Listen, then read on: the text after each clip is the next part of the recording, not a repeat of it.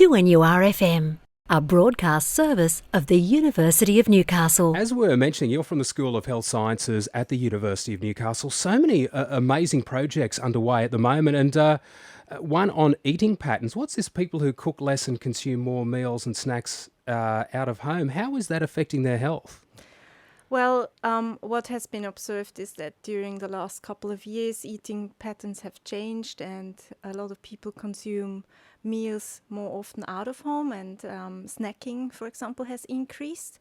And therefore, the quality of the snacks that are in our environment really matters. So it's important that if we snack between meals, we snack on healthy things.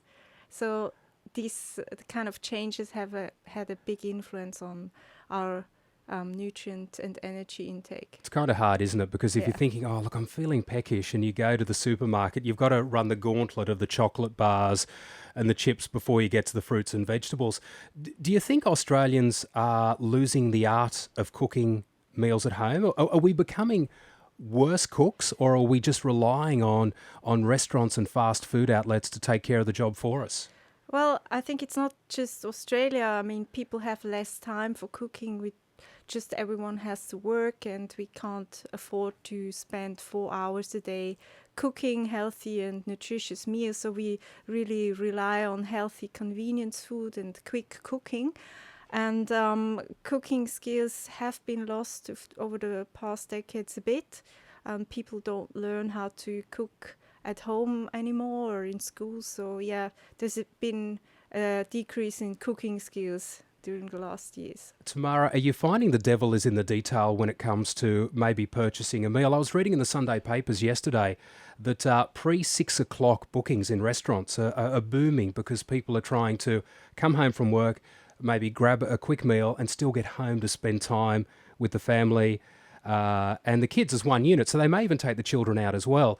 Do you think, though, the problem is you might go out and you might go, look, that option looks really, really healthy, but you don't know what has gone into it. Where if you know at home, if you cook, this much oil's gone into it or this much salt has gone into it, you're really you've got no idea about how much other nasties may have gone in, even when you think you're eating healthy. Yeah, exactly. If you're in a restaurant, you really don't know what you're getting. You might have a feeling for it, but you can never be sure. And if you don't know how to cook, you also don't know what's in a meal and how that compares to a meal that you would consume out of home. And if we eat out of home, we tend to just finish everything that we get, and we want value for money. So better finish your meal, right? So people tend to overeat and eat more if they are eating in out-of-home settings. It's hard for restaurants as well, because if they don't give a big portion, a lot of people say, look, and a classic example is a chicken schnitzel. Most people like a chicken schnitzel. And the thing is, they're just getting better. Aren't they? They're getting bigger and bigger. And once upon a time, it might have been the size of your hand. Now the thing is, unless it covers the plate, people think they're not getting value for money. And that's hard, because if the restaurants don't deliver that, people will go elsewhere to where it is, and then they're thinking, oh, look, I really don't want the rest of it, but I don't want to leave it on my plate. Yeah, exactly. That has been shown that over the past decades, portion sizes have increased, not just in restaurants, but also the sizes of packages in supermarkets. And studies have shown that if you buy bigger packages, for example, of cereals, you tend to pour more into your bowl. So just the package size influences already what you eat, and if that steadily increases, people eat more and more. And the reason behind this is that people want value for their money, and it's for the producers, so it's cheaper to add a little bit more and earn a little bit more rather than cutting the portions into half. And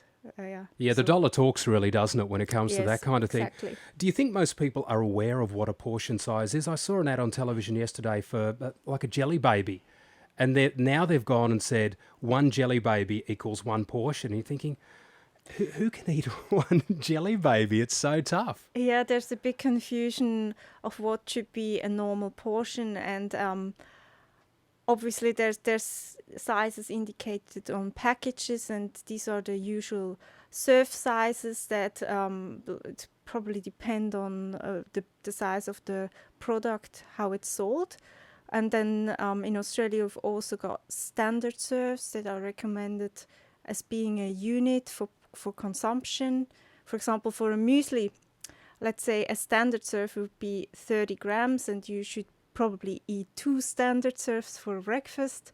But then a normal portion would maybe be 40 grams. It's confusing, yeah, isn't it's it? very confusing for the consumer, because there are so many terms and big confusion on labels and what we should do. So And plates and bowls are getting bigger. I don't care what anybody says, that they are getting bigger. Yeah, the old standard dinner plate seems to be a bread and butter plate these days. Do you find portion sizes, if you eat at home, are more regulated than out, or are we just as greedy at home? If we're serving it up, we'll stick an extra scoop of mashed potato or have a bigger piece of this or a couple of extra pieces of that?